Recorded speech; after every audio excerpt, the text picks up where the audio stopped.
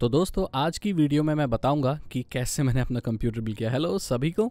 तो ये voice over दे रहा हूँ। ये 2 रैम की स्टिक हैं, आपको पता होगा XPG के रैम हैं ये। मदरबोर्ड के बारे में भी बता चुका हूँ और इसका लिंक भी आपको डिस्क्रिप्शन में दे दूंगा मैं। अब लोग बोल रहे हैं कि ये मदरबोर्ड क्यों लिया आपने, Z वाला लेते, Z वाला लेते। भाई जो अवेलेबल था वही ख़रीद लिया मैंने। आपको पता होगा ग्राफिक्स कार्ड, मदरबोर्ड, इन सब की वैसी ही बड़ी किल्लत रहती है ऑनलाइन। ठीक है, तो दिखाता हूँ मैं आपको मदरबोर्ड में क्या क्या मिला। ये IO शील्ड मिलती है जो पीछे लगती है, इसके ड्राइवर्स वगैरह मिलते हैं, और यहाँ पर ये स्टिकर मिला है MSI का, और ये वारंटी कार्ड है, और इसके साथ सेटा केबल्स वगैरह भी आते हैं। तो ज़िंदगी थोड़ी ख़त्म हो गई है, दूसरा मदरबोर्ड लगा लेंगे। अभी जो मिला वो मैंने ख़रीद लिया, ठीक है। और ये एक नॉर्मल कंज्यूमर के साथ भी होता है। ये सेटा केबल्स हैं, साइड में रख दिए हैं, 2 सेटा केबल्स आते हैं इसके साथ। अब मैं इसको ओपन करता हूँ। वैसे इसको हाथ वाथ ऐसे लगाना नहीं चाहिए, स्टैटिक करंट आ जाता है, बट मैं लगाता हूँ। मैं आप लोगों को रिकमेंड नहीं करूँगा कि आप इसके जो कॉन्टैक्ट वगैरह हैं उनको उंगलियों से टच करो, क्योंकि स्टैटिक इलेक्ट्रिसिटी से मदरबोर्ड ख़राब हो सकता है। तो यहाँ पर ये 2 रैम स्टिक हैं। इन 2 रैम स्टिक्स को ज़रा मैं ओपन करता हूँ। कैसे, किस साइड से खुलेगी? अच्छा, इस साइड से टेप हट के। अच्छा ठीक है, तो ये मैंने ओपन कर ली। ये प्लास्टिक कैसे बॉक्स में आती है, इसको आप खोल लो रैम की स्टिक को। और बड़ी सुंदर रैम है ये, देखो क्या चमक रही है। ठीक है, बढ़िया। अब यहाँ पर रैम के स्लॉट में फंसाओ, उसका नॉच देख के उसका, और आराम से ट्रैक से आवाज़ आती है, कट कट की आवाज़ आती है, कट कट कट। यहाँ से भी कट। ठीक है, तो ये क्लिक की आवाज़ आती है, इसका मतलब है रैम लग चुका है। ठीक है, तो ये वाला लग गया, डब्बे को फेंक देते, डब्बे का कोई काम नहीं है। ये दूसरा रैम मैंने खोल लिया और इसको भी निकाल लेते। सेम ऐसी चीज़ निकलेगी इसमें भी, और क्या निकलेगा। चलो ये खुल गया ये भी। इसको भी क्या करना है, रैम के स्लॉट में आप लगा के टक से आवाज़ आएगी। मतलब टक से मतलब तोड़ना नहीं है, बस उसमें जहाँ पर उसका निशान है वहाँ पर लगा के, और एक साइड से टक, दूसरे साइड से भी टक। हाँ आ गई टक की आवाज़। हाँ ठीक है, तो ये लग गया। मैं दोबारा चेक कर रहा हूँ कि टक आई है कि नहीं आई है। कभी कभी नहीं आती तो कोई बात नहीं, उसमें भी बस लग जाना चाहिए ठीक से रैम, वही मैटर करता है। ओके, लग गया रैम। अब ये मदरबोर्ड दिखा रहा हूँ मैं आपको कि भाई देखो मैंने दुनिया की कितनी बड़ी चीज़ हासिल कर दी, मैंने मदरबोर्ड के अंदर रैम लगा दिया। अब क्या चाहिए, अब ज़रा कुछ लेके आते हैं। चलो साइड में सारे सामान रखे हुए हैं मैंने। अब लेके आते हैं बेटा CPU। तो i5 है, आपको पता होगा i5 11600K अनलॉक्ड, जिसे उसको हम ओवरक्लॉक कर सकते हैं भाई। लेकिन मदरबोर्ड सपोर्ट नहीं करता, कोई बात नहीं, मदरबोर्ड हम बाद में बदल देंगे। सागर भाई के पास पैसे की कोई कमी नहीं है। ठीक है, मजाक था। ये डब्बा है, इसको साइड में फेंक देते हैं। मेन जो चीज़ है बेटा वो ये है। और CPU के भी जो पिन वगैरह होते हैं ना, उसे उंगलियों में, हाँ इसमें लगाना है, मैं बता रहा हूँ। और जो CPU की जो पिन वगैरह सी होती है ना, उन्हें भी उंगलियों से टच मत करना, क्योंकि वो बहुत बारीक होती है। अगर आप उन्हें तोड़ ताड़ दोगे तो आपका CPU किसी काम का नहीं रहेगा। तो इसमें क्या करना होता है, मिलाना होता है। इसमें ना CPU में एक कोने में एक निशान होता है, और वही निशान एक आपके मदरबोर्ड में होता है। बस ऊपर रख दो उसके, ठीक है, हल्का सा मूव करके देखो, रख दो, और इसकी ट्रे को ना एज इट इज़ बंद कर दो। ज़्यादा इसमें कारिस्तानी करने वाला कुछ भी नहीं है। इतना आसान है कि ये कोई 5 साल का बच्चा भी लगा सकता है, तो कोई बहुत बड़ी बात नहीं है ये। चलो ठीक है, लगा दिया। हिल नहीं रहा, बिल्कुल सही है, मस्त। ठीक है, आप ज़्यादा हिलाना मत, पिन भी टूट सकती है। ठीक है, बढ़िया। इसको हमने रख दिया इसके ऊपर। अब क्या करना है, अब निकाल के लाते हैं कुछ और चीज़ें। ये फिर मैं गया साइड में। अरे इसको क्या, हाँ चलो इसके ऊपर लगाना, कूलर वूलर लगाने हैं, तो चलो हटाते हैं। अब कुछ और लेके आते हैं जो इसमें हमें चीज़ें लगानी है। अब मैं मदरबोर्ड शायद वो लेके आऊँगा, मैं डब्बा लेके आऊँगा। मतलब डब्बा बोले तो कैबिनेट में सेट करना होता है ना। क्या लेके आया मैं, हाँ अभी मैं अपना स्क्रू ड्राइवर सेट लेके आया हूँ भाई साहब। पता है आपको मेरे पास एक स्क्रू ड्राइवर सेट है जिसमें बहुत सारी बिट्स और मेरा नाम लिखा हुआ है। अभी ये मैं लेके आया हूँ SSD। तो इस कंप्यूटर में मैंने SSD लगाई है, हार्ड डिस्क तो लगाई है बट SSD भी लगाई है। अब SSD लगाने के लिए जो इसका M2 कौन सा स्लॉट होता है ना, उसे खोलना पड़ता है। वो बोल्ट, उसमें बोल्ट होते हैं, नट लगे होते हैं, बोल्ट लगे होते हैं भाई साहब। और आसान भाषा में कहें, सभ्य भाषा में, तो स्क्रू लगे होते हैं। इसको ऐसे ऐसे खोलते हैं, मेरा स्टाइल है। तो मैं अपनी बीट सेलेक्ट करता हूँ कि भाई उसमें कौन सी लगेगी। ये चीज़ आप अंदाजे से खुद ही कर सकते हो। यहाँ मैंने अपने स्क्रू ड्राइवर सेट में से बीट निकाली और वो बीट लगा दी मैंने। अब मैं इसके M2 स्लॉट को खोलूँगा, जहाँ पर मैं इसका SSD लगाऊंगा। ठीक है, तो इसका अलग स्लॉट दिया होता है। जितने भी मॉडर्न मदरबोर्ड आते हैं ना, तो उसमें अलग स्लॉट दिया होता है इस चीज़ के लिए। तो मैं खोल लेता हूँ, उसके ऊपर की शील्ड हटा दी मैंने। अब यहाँ पर मैं SSD खोलूँगा, SSD निकालूंगा, और SSD का फ़ायदा गाइज ये होता है कि SSD लगाने से आपका कंप्यूटर फास्ट हो जाता है, क्योंकि डेटा रीड एंड राइट की स्पीड ना ज़्यादा होती है SSD में। तो अगर आपका जो विंडोज़ है वो SSD में इंस्टॉल्ड है तो आपका कंप्यूटर जल्दी बूट होगा, तुरंत बूट होगा। तो ये मैंने यहाँ साइड में नॉच में लगाया सब कुछ गाइज। आप कुछ भी इसमें गलत लगा ही नहीं सकते, हर चीज़ का स्लॉट सॉकेट अलग है, ठीक है। तो इसमें लगा के ऊपर से एक नट कस दिया और जो आपकी SSD है वो इंस्टॉल हो गई। ये भी कोई बच्चा भी कर सकता है। कंप्यूटर बनाना कोई बहुत बड़ी बात नहीं है, बहुत आसान चीज़ है, कोई भी बना सकता है। मुझे भी कोई बहुत ज़्यादा एक्सपीरियंस नहीं है, फिर भी मैं बना ले रहा हूँ, इसका मतलब बहुत आसान चीज़ है। आप भी बना सकते हो, 2-3 चीज़ें बस ध्यान रखने की बात है, बाकी और कुछ भी इसमें रॉकेट साइंस नहीं है। बहुत ही आसान कर दिया है मैन्युफैक्चरर्स ने कि आप आराम से अपना कंप्यूटर घर बैठ के इत्मीनान से बना सको। कचड़ा वचड़ा होगा, खैर उसका तो कुछ कह नहीं सकते, बाकी कंप्यूटर बनाना बहुत आसान है, इस बात की गारंटी तो मैं ले। और यहाँ पर मैंने ये डब्बा फेंक दिया जैसे हर बार की तरह, और ये भी उसकी शील्ड इसमें डाल के वो डब्बा भी फेंक दिया, तो अब कुछ नहीं बचा। अब ये मैं देख रहा हूँ ये सेटा केबल है, इन पे मैंने ध्यान नहीं दिया, चलो ठीक है काम आएंगे, नीचे रख देते हैं। चलो अब ये मैं दिखा रहा हूँ आपको कि हाँ ये लग गया इंस्टॉल। अब मैं इसको साइड में रख दूंगा एकदम हट के, इसको हम बाद में छुएंगे। अब जरा उस हिस्से को देखते हैं जहाँ पर ये लगेगा, क्योंकि सिर्फ मदरबोर्ड से कंप्यूटर ऑन नहीं होता, उसके लिए कैबिनेट चाहिए होता है, कैबिनेट में लगाना होता है, और कैबिनेट में पावर सप्लाई लगती है। तो ये जो डब्बा है ये मैंने अभी खोला नहीं है, लेकिन मुझे मालूम है इसके अंदर क्या होगा। इसके अंदर खिचड़ी तो बिल्कुल नहीं निकलेगी, पावर सप्लाई निकलेगी, क्योंकि डब्बे पे पावर सप्लाई लिखा हुआ है। ये भी आपको पता है, क्रॉस एयर का ये मैंने 600 वाट वाला लिया है, जो कि मोर देन इनफ है मेरे लिए, इससे ज़्यादा पावर की मुझे ज़रूरत ही नहीं है, ठीक है। हालांकि मैं ऐसे डब्बे कभी खोलता नहीं हूँ, लेकिन इसमें कुछ नॉलेज है, मतलब जानकारी मिल रही है, तो ये पाप भी मैं आज आपके सामने कर रहा हूँ। हालांकि ये मैं नहीं करता हूँ, क्योंकि ये एक कंप्लीट बिल्ड वीडियो है, इसलिए मुझे ये करना पड़ रहा है।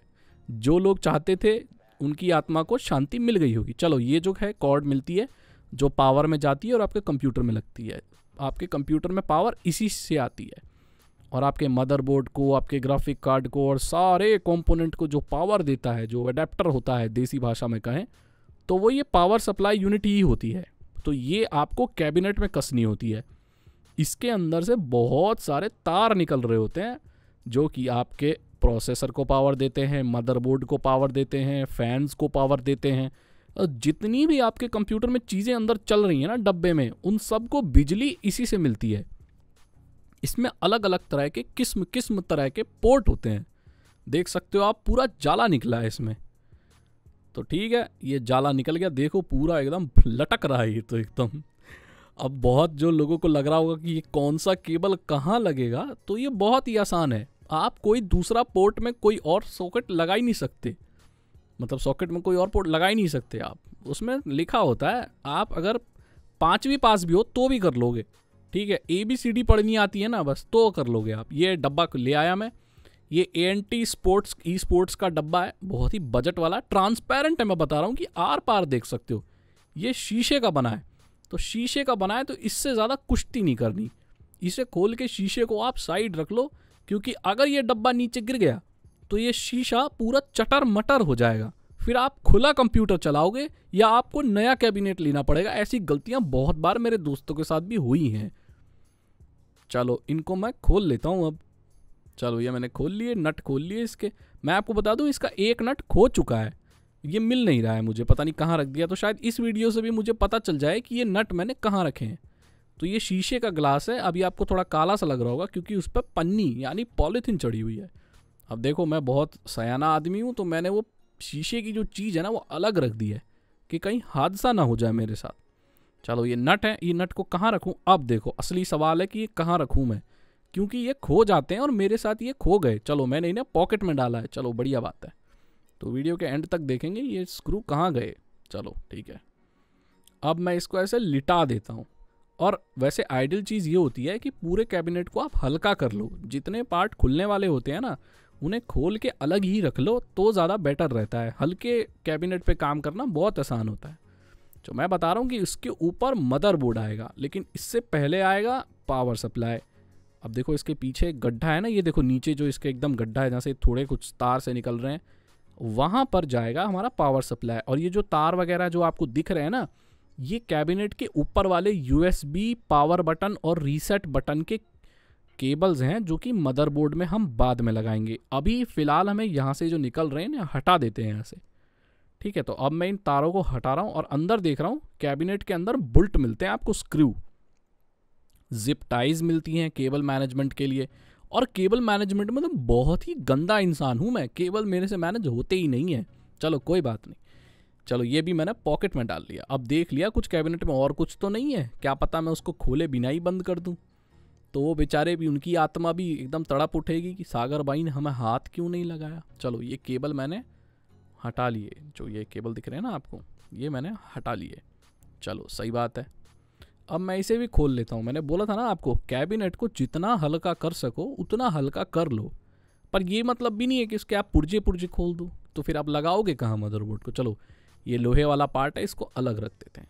अब आप देख सकते हो केबल मैनेजमेंट का जो असली लफड़ा है उसके पीछे वाले हिस्से में ही होता है, जहाँ आप देख रहे हो, जहाँ से मैंने केबल निकाले।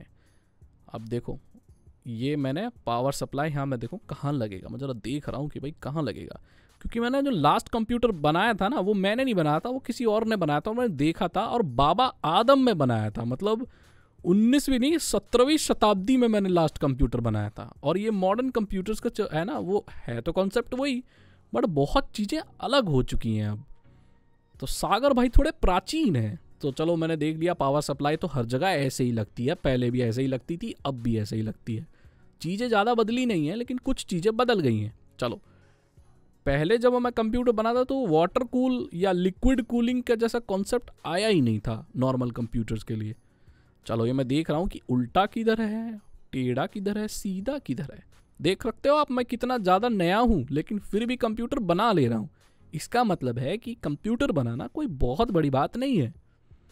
चलो लेकिन जो फीलिंग आती है ना कंप्यूटर बना के, वो ऐसे आती है जैसे नासा के साइंटिस्ट आप ही हो। अभी मैं बोल रहा हूँ, देखो नट कसने हैं, और कंप्यूटर के कैबिनेट के बीच में से मेरी फोटो नज़र आ रही है, वो गौर कर रहे हो आप, क्या स्टाइल में फ़ोटो है मेरी। चलो ठीक है, अब यहाँ पर मैंने ये पावर सप्लाई यूनिट सेट बैठाई। अब मैं नट खोलूँगा, और जो नट है मुझे कैबिनेट के उस पाउच में मिलेंगे, जो कैबिनेट के अंदर वो पाउच था, ठीक है। वो नहीं मिले तो पावर सप्लाई के शायद अलग नट होते हैं, हाँ इसके बॉक्स में मिले इसके नट, ये रे पावर सप्लाई के अलग नट होते हैं, जो स्क्रू भी कहते हैं जिन्हें। मैं और देख रहा हूँ, और तो कुछ नहीं है ना, और कुछ नहीं है, ये नट वट हैं इसके, जो कि पावर सप्लाई के साथ आते हैं। इनको खोल लिया, और ये नट मैं कस दूंगा, जिससे पावर सप्लाई मेरे डब्बे में कस जाएगा। चलो ठीक है, अब मैंने यहाँ पर लगाए नट, सेट करके छेद में छेद मिलाओ भाई साहब, और उस छेद में इसको लगा दो स्क्रू को। पहले हाथ से थोड़ा सा टाइट करो, और फिर अपने स्क्रू ड्राइवर से थोड़ी सी ताकत लगा के उसको कस दो। अब यहाँ पर ऐसे 3 और स्क्रू हैं जो मुझे कसने हैं। और इस गाइड को देखने के बाद गाइज आप कोई भी कंप्यूटर बड़े ही आसानी से बना पाओगे। मैं नॉर्मली इतनी बड़ी वीडियो नहीं बनाता, लेकिन ये तो मुझे बनानी थी, ये मेरा सपना है। चलो ठीक है, मैं अपना सपना पूरा कर रहा हूँ, पूरी मिस्त्री वाली फीलिंग लेते हुए। आप देख सकते हो एकदम प्रोफेशनल सागर भाई अपना स्क्रू ड्राइवर बंद करते हुए और नई बीट लगाते हुए, क्योंकि जो पुरानी बीट थी वो छोटी थी, और उस बीट से ये बड़े वाले जो स्क्रू हैं वो कस नहीं रहे थे। अभी भी देखो मैं बीट सेलेक्ट नहीं कर पा रहा हूँ, क्योंकि मेरा अंदाज़ा थोड़ा ख़राब हो रहा है कि ये जो बड़े बुल्ट हैं इसमें क्या लगेगा। तो अब मैंने शायद सबसे बड़ी बीट निकाली है अपने स्क्रू ड्राइवर की, और यहाँ पर मैंने बड़ी बीट लगा दी। चलो ठीक है, इससे तो ये कब्जे में ज़रूर आएगा। अब मैंने क्या किया, लगा के देखा उसके छेद में, और अब मैं कसने की, हाँ ये तो कस गया। चलो ये कस गया, इसका मतलब ये बीट का जो अंदाज़ा है वो सही निकला। क्रिस क्रॉस वाली बीट है, उसको टेक्निकल लैंग्वेज में कुछ और बोलते हैं। मैं अभी भी देखो कंफर्म नहीं हूँ कि भाई यही स्क्रू ड्राइवर लगेगा, क्योंकि शायद रपट रहा होगा। चलो कस गया, मेरी हाथ की मूवमेंट से तो यही पता चल रहा है कि ये बुल्ट कब्जे में आ चुके हैं। चलो ठीक है, अब कभी कभी ऐसा होता है कि कसते वक्त वो छेद से थोड़ा हट जाता है, तो उसको मैं छेद से छेद मिला के इसको ज़रा कसने की कोशिश कर रहा हूँ। चलो ये इतने तो मैं नट कसता हूँ, उसके बाद मैं बात करता हूँ कॉम्पोनेंट की। हाँ मैं बात कर रहा था कॉम्पोनेंट की। जो पीसी आप खरीदते हो ना, तो परेशानी ये है कि मार्केट में इतनी ज़्यादा तंगी है, इतनी ज़्यादा किल्लत है कंप्यूटर पार्ट्स की, मिलते ही नहीं है। ग्राफिक्स कार्ड जो 12,000 का मिलना चाहिए वो आपको 50,000 का मिल रहा है। तो जो कंपोनेंट मिल जा रहा है ऑनलाइन वही लगाने में मैंने भलाई समझी, क्योंकि मुझे कंप्यूटर अत्यंत आवश्यक था और तुरंत चाहिए था।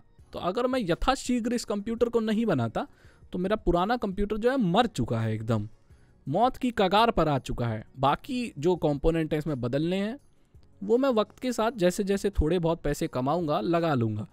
आपको पता होगा कि यहाँ मैंने ग्राफिक्स कार्ड भी नहीं खरीदा है, पुराना ग्राफिक्स कार्ड ही यूज़ कर रहा हूँ मैं कंप्यूटर में।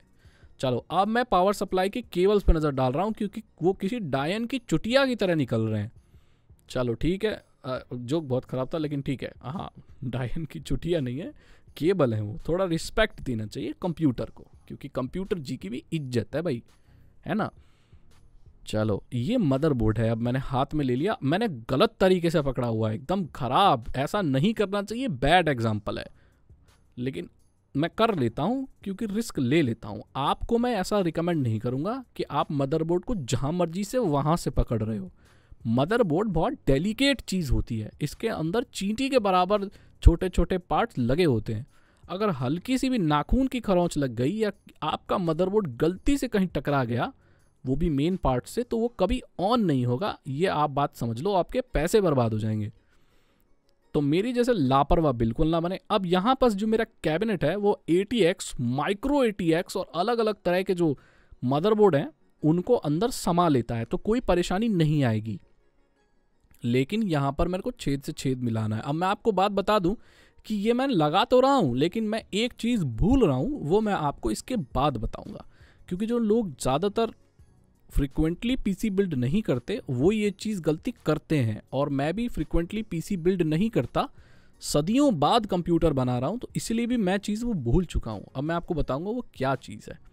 चलो मैं देख रहा हूँ कि आगे से तो उसका कुछ लगा ही नहीं है। अब मुझे चाहिए IO शील्ड। हाँ, मैं भूल रहा हूँ IO शील्ड, ये मैं भूल चुका था। तो इसे मैं खोल लेता हूँ। ये लोहे की एक ऐसी पट्टी होती है जो आपके मदरबोर्ड के जो पोर्ट्स होते हैं ना उसके ऊपर लगती है, उसको कवर करने के लिए, ताकि डस्ट वगैरह ना आए। तो इसको आगे से नहीं लगाते लाले, इसको अंदर से लगाते हैं, लेकिन मैं इसे आगे से लगाने की कोशिश कर रहा हूँ, जो ये बहुत बड़ी भूल है। इसी से पता चलता है कि ये कंप्यूटर मैंने बनाने से पहले कोई रेफरेंस वीडियो देखी ही नहीं है। देख सकते हो पूरे अंदाजे से वीडियो में अब कंप्यूटर बना रहा हूँ मैं। चलो अंदर से देखते हैं ये कहाँ लगेगी। चलो साइज़ तो वही है। अब मैं देख रहा हूँ कि इसको फंसाऊँ कैसे। सामने से भी चेक कर रहा हूँ कि भाई फंसाने की जगह है या नहीं, और मेरे ख्याल से फंसाने की जगह है। थोड़ी सी कारस्तानी करने के बाद, क्योंकि ये पतले टिन के पतले लोहे के बने होते हैं, तो चटर मटर करते रहते हैं। मेरे डोलों से ध्यान हटा के कंप्यूटर की तरफ देखो। आई नो मैं मस्क्यूलर हूँ, बट इस वीडियो से उसका कोई संबंध नहीं है, ठीक है। चलो ठीक है, ये लग गया, बहुत ही बढ़िया बात। अब हम अपने मदरबोर्ड को फंसाएंगे, और मैं ये देख रहा हूँ ये क्या चीज़ है। ये तो जिप टाइज है, ठीक है, ये तो केबल बांधने के काम आती है ना। ये डब्बे के अंदर मैं कुछ देख रहा हूँ कि इसके अंदर क्या है, नट बोल्ट है या नहीं है। तो इसमें भी नट बोल्ट से हैं कुछ, और तो कुछ नहीं है, तो कैबिनेट वाले ही लगेंगे, सही बात है। चलो यहाँ पर मैं पहले पोर्ट से पोर्ट मिलाऊंगा। नीचे देख रहा हूँ मैं, देखो पोर्ट इस साइड आएंगे, और वो आप IO शील्ड देख के भी आपको आइडिया लग जाएगा कि कौन से पोर्ट कहाँ पर आएंगे। तो मैंने यहाँ पर लगा के साइड में इसको फंसा के अंदर रख दूंगा। अब ये लगाना बहुत ही ज़्यादा ट्रिकी काम होता है, क्योंकि एक बार जब आपका मदरबोर्ड कैबिनेट में चला जाता है ना, तो आपको मूव करने का स्पेस बहुत कम मिल पाता है, और ज़्यादातर चांसेस ये रहते हैं कि अंदर केबल या किसी कोने से या किसी जगह से आपके कंप्यूटर में चोट लग जाए, मतलब मदरबोर्ड में चोट लग जाए, तो कंपोनेंट ख़राब हो जाते हैं। बहुत ज़्यादा नाजुक काम होता है ये, और इस नाजुक काम को भी बड़े आसानी से करने की कोशिश कर रहा हूँ मैं, क्योंकि मेरे को हीरोपंती दिखानी है। चलो ठीक है, तो ये मैं देखते हुए एकदम और ये वीडियो में बोरिंग बिल्कुल नहीं रखने वाला हूँ मैं, एकदम आपका इंटरटेनमेंट भरपूर करूँगा इसमें। मतलब आपको ना कोई फिल्म देखने की ज़रूरत नहीं है। ज़िंदगी में जब मज़े ना आ रहे हो ना, तो आप इस वीडियो को मज़े से देख सकते हो कि सागर भाई देखो क्या मिस्त्रीगिरी कर रहे हैं, और कितने प्यारे लग रहे हैं सागर भाई। अब मैं ये देख रहा हूँ कि कौन सा नट कहाँ आ रहा है, और ये मदरबोर्ड के छेद और कैबिनेट के छेद मिल क्यों नहीं रहे। क्या मैंने गलत कैबिनेट खरीद लिया है? क्या मेरा मदरबोर्ड इसमें नहीं आएगा? चलो अंगूठा दिखा दिया, इसका मतलब अंदर छेद से छेद मिल चुके हैं। अब बारी आती है कैबिनेट के अंदर जो निकले नट थे उसकी थैली खोलने की। उस थैली के अंदर बहुत सारे मेरे को मिलेंगे स्क्रू। अब इस स्क्रू को मैं खोल लेता हूँ। अब मैं कुछ देख रहा हूँ कि भूख लगी है, कुछ खाया नहीं है। चलो ठीक है, ये है कुछ स्क्रू, इन्हें पन्नी को खोल लेते हैं। चलो पन्नी खोल के अब ये जो नट वट है ना ये खो जाते हैं, तो मैं ज़रा देख रहा हूँ कि ऐसी कोई कटोरी मिल पाए जिसमें सारे नट रख दूँ और कहीं गिरे नहीं, क्योंकि अब नट बहुत आने वाले हैं। ये सारे स्क्रूज इतने होने वाले हैं कि रखने की जगह नहीं है। आप अगर मेरी वीडियो देखते हो तो आपको पता होगा वो मस्कीटो कैचर एक मैंने ठुल्लू प्रोडक्ट था, ये उसी के नीचे का कटोरा है जो कि बुल्ट रखने के काम आ रहा है। चलो ये मस्कीटो कैचर किसी काम तो आया, धन्यवाद। चलिए अब हम जरा देखेंगे कि कौन सा वाला इसमें स्क्रू लगेगा। अब ये भी बहुत रिस्की काम है, ट्रिकी काम है, इसमें भी अंदाज़ा लगाना पड़ता है। चलो ठीक है, अंदाज़ा लगाना पड़ता है। तो यहाँ हमने देख लिया भाई कहाँ है, अबे कहाँ है, हाँ चलो ठीक है। अब मैं पहला इसमें स्क्रू लगाया ऊपर टिका के, अब इसको मैं कस दूंगा। देखो कसा नहीं कसा, शायद कस गया, हाँ लग तो हाँ ना फिर से खोल लिया। ये वाला नहीं लगेगा, बड़ा वाला लगा दिया तूने, छोटा वाला लगेगा। हाँ ये माइक्रो ATX है, इसका सब माइक्रो है। चलो लग गया, कस गया। अब मेरे ख्याल से हाँ ये जो मूवमेंट होती है ना ये कस जाने की होती है। तो अब मेरे को आइडिया लग गया कि कौन सा छोटा बुल्ट लगेगा। अब वही वाले बुल्ट तो नहीं बोलते, बोल्ट बोलते हैं, पर ये हिंदी और देसी वीडियो है तो आप समझ जाओ। बुल्ट, बोल्ट, स्क्रू, चौबा, चक्रवात, नहीं जो भी बोलते हो आप, कील वील जो भी है, मतलब कसने के जो काम आती है। तुमको पॉइंट पता चल गया ना, बस वही मैटर करता है, समझ आना चाहिए। लैंग्वेज का निर्माण और उसका आविष्कार, उसकी खोज इसीलिए हुई थी कि आप अपने थॉट्स दूसरे लोगों के दिमाग में डाल पाएं। अगर मैं वो चीज़ कर पा रहा हूँ इसका मतलब लैंग्वेज का ज्ञान तो है।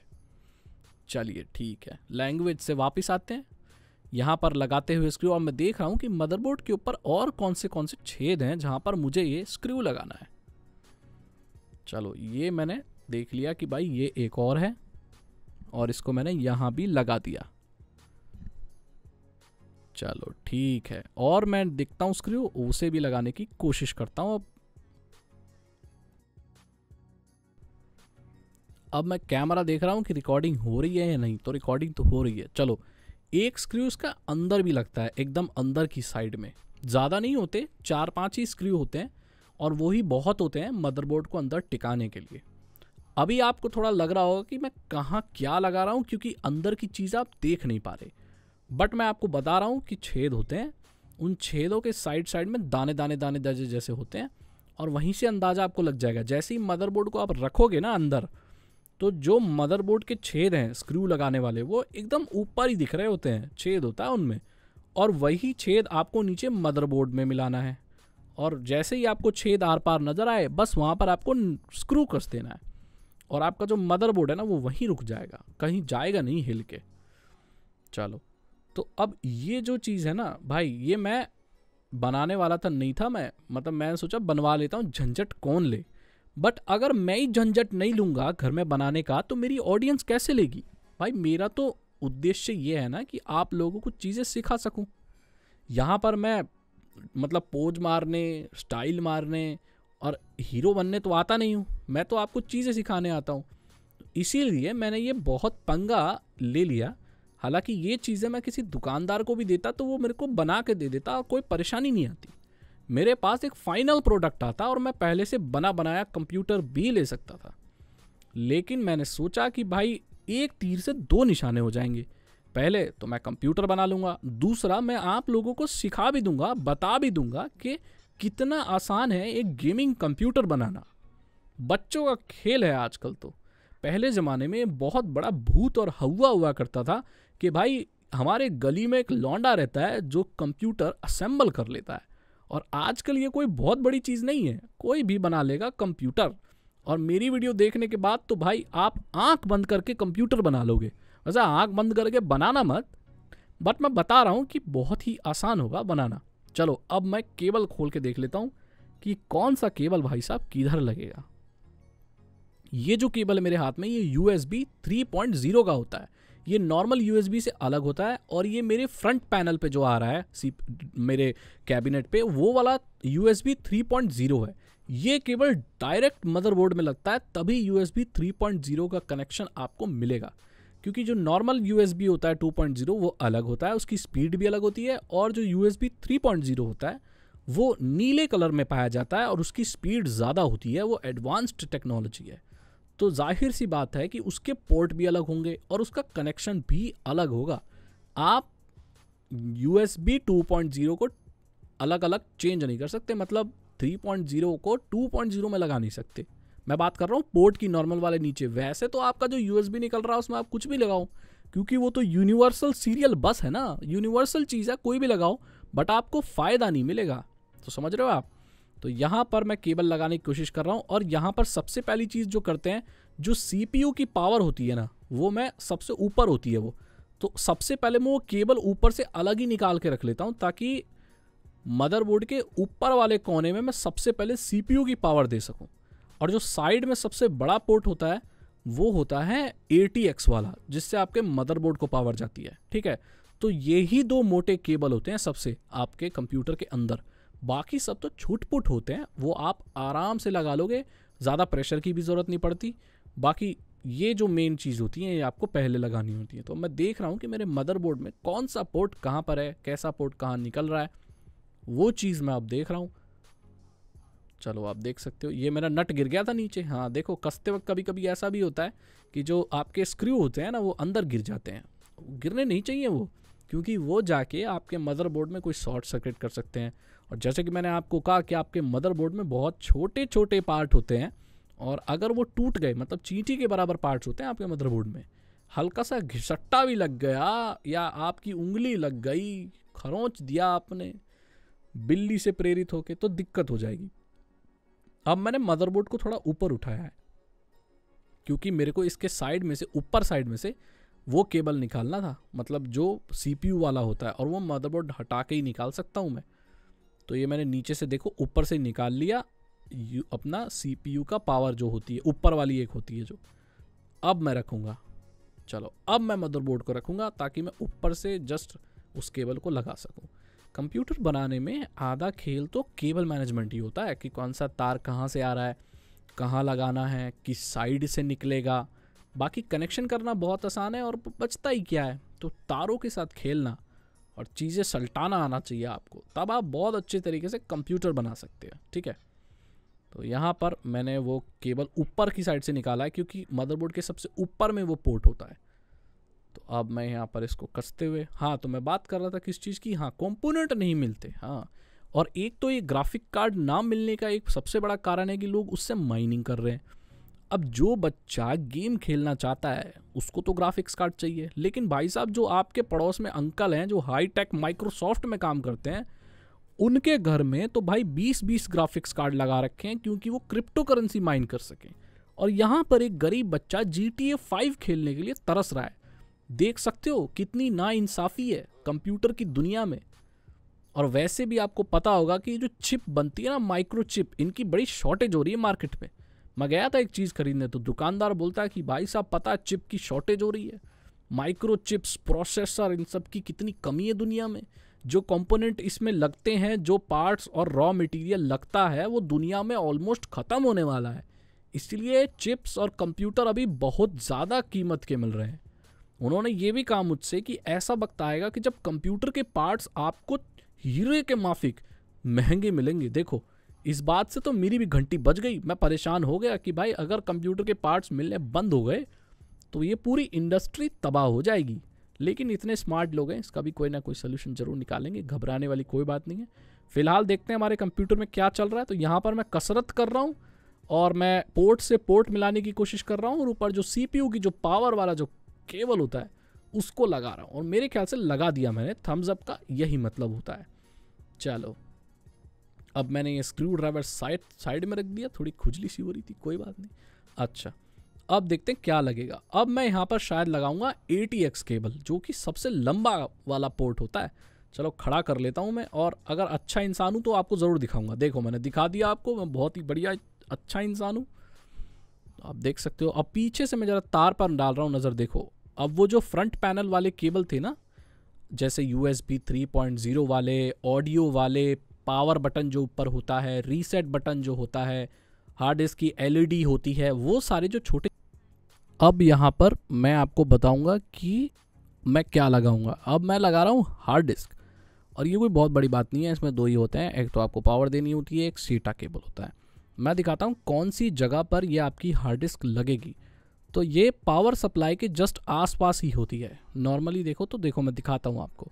ये आगे मेरा पावर सप्लाई दिखा ना, वाइट पट्टी जैसी जो नज़र आ रही है नीचे, इसके पीछे देखो जगह है, यहाँ पर हार्ड डिस्क लगती है। ओके, अब यहाँ पर जो हार्ड डिस्क लगती है वो ऐसे ही नहीं लग जाती है, उसका एक फ्रेम आता है, आपको दिख रहा होगा। ये फ्रेम भी आपको अंदर कैबिनेट में कसा मिल जाएगा, इसे खोल लेना होता है और इसमें लगाकर फिर आपको अपनी हार्ड डिस्क अंदर लगानी होती है, इसके अंदर। तो आप लगा दो इसके अंदर हार्ड डिस्क अपनी, और साइड साइड में 4 नट होते हैं, उन्हें आप कस दो।